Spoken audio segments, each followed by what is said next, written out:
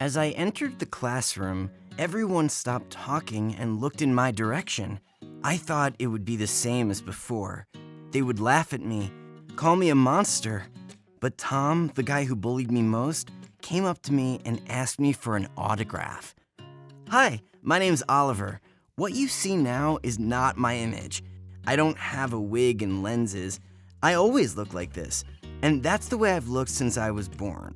And it's not easy for me to live like this in our society where everyone judges the book by its cover. Until, well, one thing turned my world upside down. You want to know what happened to me? Then make sure you watch this video to the end to find out. Here we go. When I was born and my mom tried to feed me for the first time, she noticed some peculiarities in my appearance.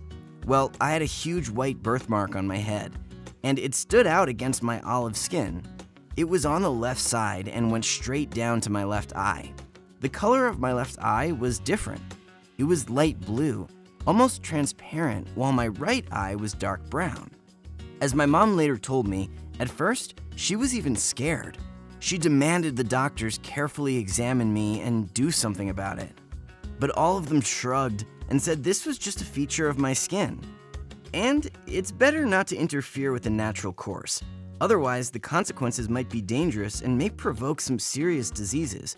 So my parents just accepted it as it was. They loved me despite the fact I looked different from other kids. But just because my parents accepted me didn't mean other people would. When I got a little older and my hair grew, it turned out my birthmark strongly affected my hair color. So half of my head was dark curly hair, and the other half had white and curly, like snow. Since I was a kid, I've been noticing people staring at me. Passers-by, guests at home, other parents, kids in the playground, whoever. I thought I was special to them because I had such an extraordinary appearance. I didn't realize their looks expressed not only some interest, but also some contempt because I was different from them. I still remember my first day in kindergarten. My parents brought me for half a day, promising I would have fun and make friends with the other kids. And at first, everything was fine. I was introduced to the boys and girls in the group. They immediately surrounded me and started asking questions about my favorite cartoons and toys. Then I took off my cap, and one of the girls screamed and started crying. Other guys jumped away from me in fear. The girl was screaming that I was a scary monster, and she didn't want to be friends with me. She didn't even want to be in the same room with me. I was very hurt. The teacher immediately called my parents and asked them to pick me up. Unfortunately, I still had to go to kindergarten, but no one wanted to talk to me. I ate breakfast alone, played alone, walked alone too. The guys looked at me with fear and curiosity, not hesitating to point the finger at me when their parents came to pick them up. When I went to school, it didn't get any better. Over the years, the curiosity and fear were replaced with cruelty. I was no longer ignored, but everyone considered it their duty to pass me by and kick me or insult me, calling kinda like monster or Dalmatian. My classmate Tom gave me the worst of it. He was always coming up to me with a bunch of new nicknames, joking I had a bad fall in a bucket of oxidizer as a kid, so now half of my head was white. One day during PE class, Tom stole my school uniform and somehow painted it a dark gray and white. He returned it to me, saying that spotted guys must have spotted clothes. I cried all night. Sometimes I looked in the mirror and couldn't understand why others behaved like this. Probably I did look scary from the outside. I had a white spot on my head and my eyes had different colors. Not surprisingly, I became a reserved and unsociable guy because of all this. I preferred to spend my free time watching anime and reading manga. Because in those fictional worlds, people like me would definitely find a place, and my unusual appearance would be appreciated. People would treat me as a special one. I don't know what would have happened to me after I graduated high school, but one thing changed the game. Once I ran away from my class because I wanted to watch the sequel to my favorite manga, which I had long been waiting for. I ordered a special delivery to the bookstore. The store itself was far away. I had to go there by bus first, then by the subway. But for the sake of a new volume of my favorite manga, I would have gone to the edge of the world. On my way back to the house, I was so involved in reading that I didn't pay attention to what was going on around me. However, I felt the insistent gaze from the outside on me, like always. Basically, I got used to people staring at me, so I only glanced up at the girl who immediately looked away. There was nothing special about it at first, but after 5 minutes, the girl came up to me.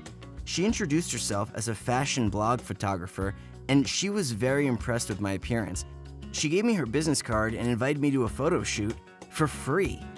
Of course, my answer was no. For my whole life, my appearance was a curse to me, so I thought she was just making fun of me. But Alice, that was the girl's name, was persistent. She persuaded me to visit their website and look at the photos there. In this case, I would understand everything myself. That's what she said. Well, I put her business card in my pocket and got off at my station. I still thought she was just making fun of me. The next day, when I finished reading my manga and returned to the real world, I remembered Alice and her business card, so I decided to visit the website, just out of curiosity. It turned out she was not kidding. She was quite a well-known photographer. She even shot some celebrities. She worked with different bloggers, and once she even arranged her own photo exhibition. I was looking through her portfolio and came across her project called Special People. I thought I understood what Alice was talking about. In this project, she shot only the people having extraordinary appearance. Albinos, red-haired people covered with freckles from head to toe, people with scars on their faces, people with unusual birthmarks, tattooed people. I looked at the photos and they didn't seem ugly to me. On the contrary, these people looked beautiful, and Alice's photo talent was remarkable. Apparently, she wanted me to be a part of this project. Suddenly, I decided it was time to see my appearance in a different way. I called Alice and we made an appointment for the photo shoot. Of course, I was very shy before the camera in the beginning, but Alice made me relax. She told me some funny stories, we laughed, she told me how to make good poses for the photos and how to look at the camera, and she never said I looked like a monster or a freak.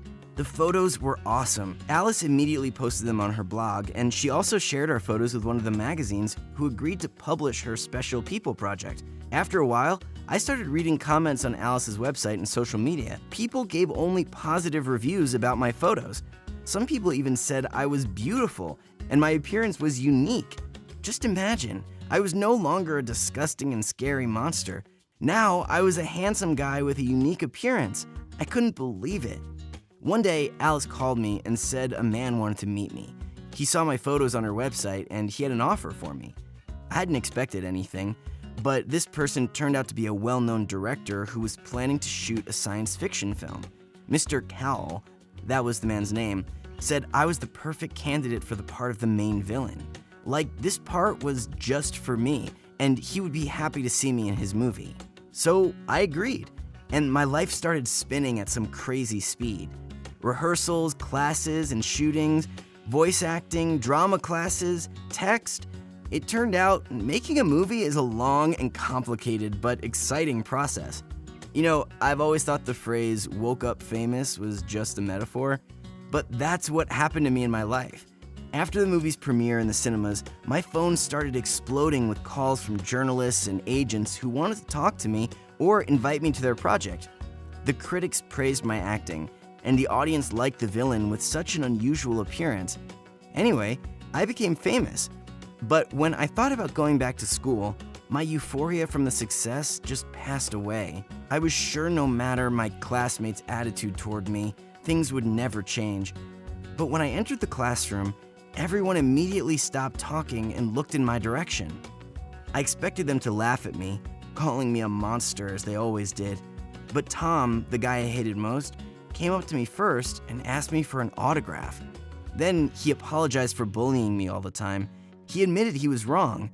I was in shock, but I said I forgave him. I signed the autographs for everyone, and then people took photos with me. That day, I realized the people's attitude to you could totally change just in a day.